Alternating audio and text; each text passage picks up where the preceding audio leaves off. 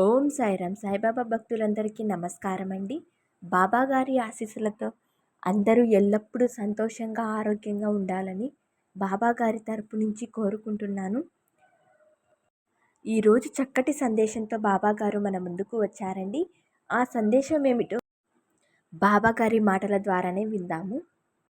బిడ్డ, మీ ఇంట్లో వారిని మార్చడానికి మీ ఇంట్లో అడుగు పెట్టబోతున్నాను. ఇక మీ జీవితంలో అన్నీ అద్భుతాలే. నన్ను నమ్మి ఈ క్షణమే ఈ సందేశం విను అని బాబా గారు ఈ సందేశంతో మన ముందుకు వచ్చారు అండి.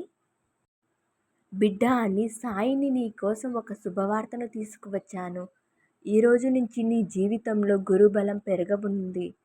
ఈ శుభకాలం నీ జీవితంలో ఆనందం తెచ్చిపెడుతుంది. ఆర్థికంగా నీవు బలపడతావు. నీవు సంపాదించుకున్న ధనం కానీ, పేరు కానీ నీ జీవితం అంతా కూడా నీకు తోడుగా ఉంటాయి. వాటితో పాటు ఈ సాయి కూడా నీకు తోడుగా ఉంటాడమ్మా. నీ చెయ్యిని పట్టుకొని నిన్ను మంచి దారిలో నడిపించి నీ జీవితం అంతా సంతోషంగా ఉండేలా చేస్తాను. ఇది ఊరికే రావడం లేదే, నీ నిజాయితీకి, నీ నమ్మకానికి దక్కుతున్న ప్రతిఫలం ఇది. నీవు ఇప్పటి వరకు ఎంతో సహనంగా, ఓపికతో ఉన్నందుకు గొప్ప బహుమతి ఇది. నిన్ను ఎవరు ఏమనుకున్నా పట్టించుకోకున్నా, నాకే ఎందుకు ఇన్ని బాధలు, కష్టాలు, అవమానాలని చెప్పి నీవే బాధపడుతూ ఉన్నావు. కల్లో కూడా నీవు ఎవరికి అపకారం చేయాలని ఆలోచనలు కూడా లేవమ్మా. మంచిగా ఉన్న వారికి ఆ భగవంతుడు సహాయం చేయడు. మంచివారికి కష్టాలని నీవు పొరబడుతున్నావమ్మా. ఈ సందర్భంలో నీకు ఒక విషయం చెప్పాలమ్మా. ఇప్పటి వరకు నువ్వు ఎంతో మంచిగా, సంతోషంగా ఉన్నావు. ఎందుకు కష్టాలు అని అనుకుంటున్నావు కదా.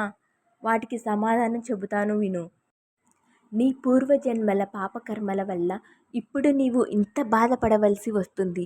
నీ ఆపద సమయంలో నేను నీ జీవితంలో ఎలాంటి మార్పునైనా చేయగలను.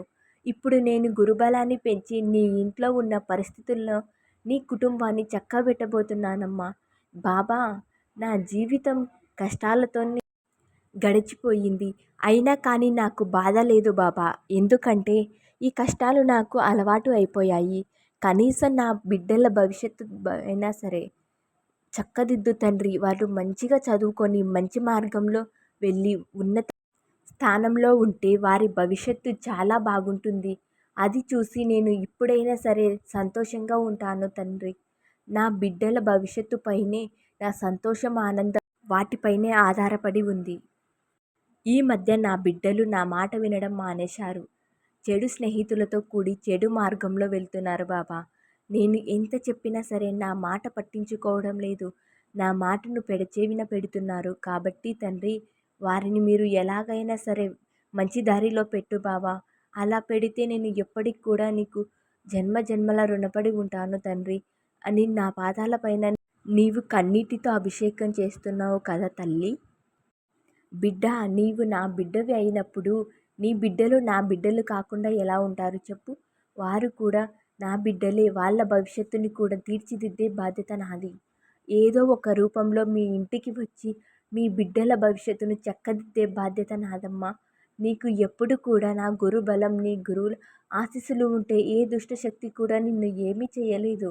ఇక నీవు నీ కుటుంబంతో ఎంతో ఆనందంగా జీవించబోతున్నావు బిడ్డ.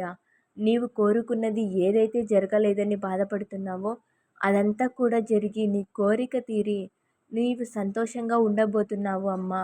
నీకు అంతా మంచి జరుగుతుంది. నా ఆశీర్వాదాన్ని నీ బిడ్డలకు కూడా అందిస్తున్నాను. నా దర్శన భాగ్యాన్ని నీ బిడ్డలకు కల్పించి జన్మ జన్మల పాపకర్మలన్నీ తొలగించబోతున్నాను. ఎవరైతే ఇన్ని కష్టాలు వచ్చినా, ఎన్ని ఒడిదుడుకులు వచ్చినా అవన్నీ కూడా తట్టుకొని నాకు నా బాబా అండగా ఉంటారని నమ్మకంతో ఉంటారో వారందరికీ కూడా, ప్రతి ఒక్కరి బిడ్డకి కూడా ఒక మంచి భవిష్యత్తును అందిస్తాను అమ్మ. మీరు కోరుకున్నటువంటి మంచి భవిష్యత్తుని నా బిడ్డలందరికీ దక్కపోతుంది. ఎవరైతే నన్ను నమ్మి మంచి మార్గంలో ప్రయాణిస్తూ ఉన్నారో ప్రతి ఒక్క బిడ్డ కూడా వారు కోరుకున్న భవిష్యత్తుని పొందుతారు. అందుకే ఇది నా బిడ్డలకు నేను దయతో ఇచ్చేది కాదు. వాళ్ళ మంచితనంతో నన్ను గెలిచి వాళ్ళు అందుకునే భవిష్యత్తు ఇది. నీ బిడ్డలకు పీడిస్తున్న దుష్టశక్తుల్ని అన్నీ కూడా తరిమి కొడతాను తల్లి. నీ బిడ్డను చూసుకునే బాధ్యత నాది. ఇకపై నీవు నీ బిడ్డలపై ఎటువంటి బాధ, దిగులు ఉంచుకొని నీవు బాధపడకు అమ్మా. అన్నీ చక్కబెడతాను. నీ బిడ్డల భవిష్యత్తును తిరగరాసి వారి జీవితాన్ని ఆనందమయం చేస్తాను. ఇక వారికి ఎటువంటి లోటు లేకుండా మంచి స్థానంలో, ఉన్నత స్థానంలో ఉండేలాగా ఒక గురువుగా, ఒక తండ్రిగా వారికి ఒక మంచి మార్గంలో పెట్టి, పరీక్షల మీద పరీక్షలు పెట్టి వారిని బాగా తయారు చేస్తానమ్మా. వారు మంచి విజయమైన స్థాయిలో, ఉన్నతమైన స్థాయిలో ఉండే విధంగా చేస్తానమ్మా. కాబట్టి నీవు ఎటువంటి బాధ కూడా నీ బిడ్డల కోసం బాధపడవద్దు. నీ బిడ్డల భవిష్యత్తు నాకు అప్పగించావు కదా, నమ్మకంతో ఉండు. నీ బిడ్డలను చక్కదిద్దే బాధ్యత కూడా నాది. నీవు కోరుకున్న మార్పు నీ ఇంటిలో తెచ్చిపెడతానమ్మా. ఇక నీవు పడిన కష్టాలన్నీ చాలు, బాధలన్నీ చాలు. ఇక నీవు ఎప్పుడు కూడా దిగులుతో, బాధతో ఎప్పుడు కూర్చోకు. నీ బాధలు, కష్టాలు నాకు చెప్పావు కదా, అవన్నీ తీర్చే బాధ్యత ఇక నాది అమ్మా. ఇక సంతోషంతో ఉండవు. ఇకపై నీ బిడ్డల భవిష్యత్తు బాగుండి శుభవార్తల మీద శుభవార్తలు వింటూనే ఉంటావు. ఇక నీ జీవితంలో ఎలాంటి లోటు లేకుండా చూసుకునే బాధ్యత కూడా నాదేనమ్మా. ఈ సాయి తండ్రిపై నమ్మకం ఉంచు. అనుమానం అస్సలు ఉంచవద్దు. నీవు ఎవరైతే నిన్ను హేళన చేశారో, నీ బిడ్డలు దేనికి పనికిరారని నిన్ను బాధ పెట్టారో వారందరి నోర్లు మూయించే రోజు కూడా వస్తుంది. కాబట్టి కాస్త ఓర్పుగా, శాంతంగా ఉండు.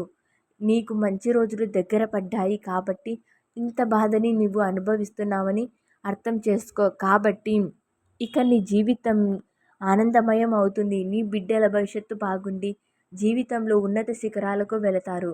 నీవు కోరుకున్న కోరికలన్నీ నెరవేరుతాయి. సంతోషంతో నీ కుటుంబం మొత్తం ఉంటారు. నీ బాబా దర్శనం చేసుకుంటావు. ఈ బాబాకి కృతజ్ఞతలు కూడా చెప్పుకుంటావు. కాబట్టి ధైర్యంగా ఉండు తల్లి. ఆ ధైర్యమే నిన్ను, నీ బిడ్డలను రక్షిస్తుందమ్మా. నీ ఇంటిని కూడా నీవు రక్షించుకోగలవు. కాబట్టి తల్లి ధైర్యంగా ఉండు. ఎలాంటి సమస్య వచ్చినా సరే ధైర్యంగా పోరాడుతూ ఉండు. నీ వెనుక నీ సాయి తండ్రి ఉంటూనే ఉంటాడని మర్చిపోకు తండ్రి అని బాబా గారు ఈరోజు ఒక చక్కటి సందేశాన్ని మనకు అందించారండి. ఈ సందేశం మీకు అందరికీ నచ్చిందని అనుకుంటున్నాను. ఓం సాయిరామ్. సద్గురు సాయినాథ్ మహారాజ్కి జై.